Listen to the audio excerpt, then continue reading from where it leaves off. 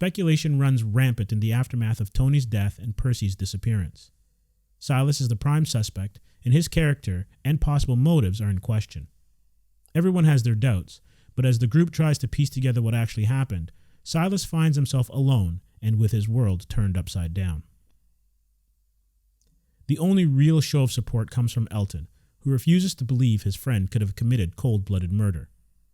Flashbacks into Silas's past reveal more about his turbulent upbringing and what happened when he lashed out at his abusive father. The real reason behind the demise of Silas's family is made even more tragic when the full events of the day his father died come to light. The Sky is a Graveyard's characterization of some of the series' main players is inconsistent, to say the least. Hope's refusal to see Silas as anything else as guilty really doesn't make any sense considering what is written on her ledger. The biggest head-scratcher is how easily the group is willing to cast Silas aside in favor of Tony and Percy. Silas's silence doesn't do much to exonerate him, and knowing that he might pose a danger to everyone forces his hand. Silas's decision to leave causes a domino effect. Hope comes clean and confesses to Elton what happened the night his mom died. Losing his best bud and finding out a close friend killed his mom is more than anyone should be expected to bear. World Beyond has been lacking something since its debut.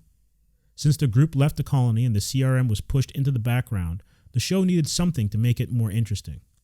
The final twist in The Sky is a Graveyard doesn't come as a total surprise, but it is welcome. Huck's a mole, and this revelation fills in some of the gaps in her story from a few episodes ago. Working with Elizabeth brings into question a few things and may also clear up what actually happened to Tony and Percy.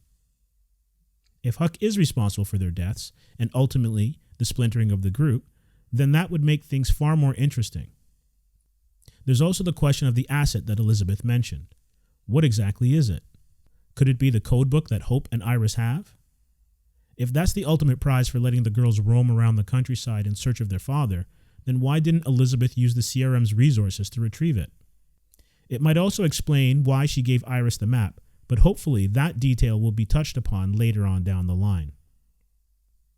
It's been a slow boil for World Beyond during its first season.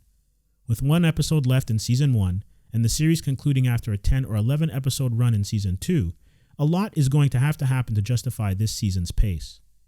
Maybe Elizabeth and the CRM will be featured more prominently once Rick's movies hit the small screen. Either way, there isn't a lot of time left to make World Beyond the series it could be.